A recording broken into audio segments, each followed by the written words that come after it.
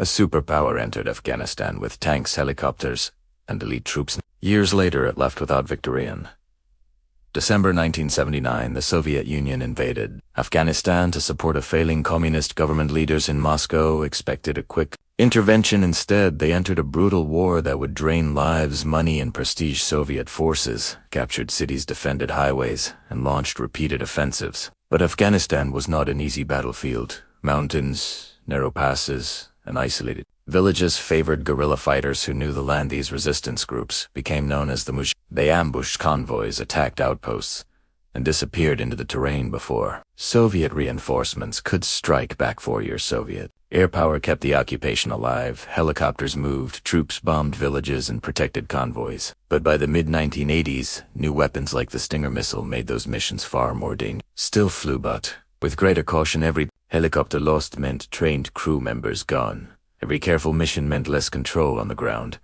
At the same time, pressure was growing inside Moscow. The war was expensive and unpopular. The Soviet economy was weakening. Casualties continued, with no clear victory in sight.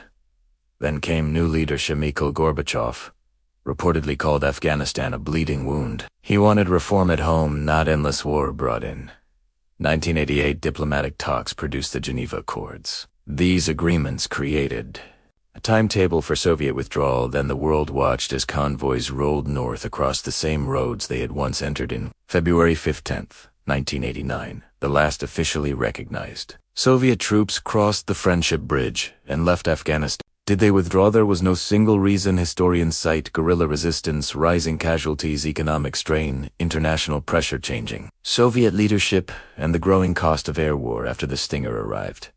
One fact was clear: a military superpower had entered with overwhelming force and left without achieving its goals yet.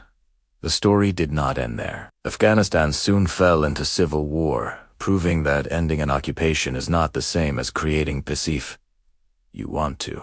See how one missile, one war, and one withdrawal changed world history. Watch the full documentary now.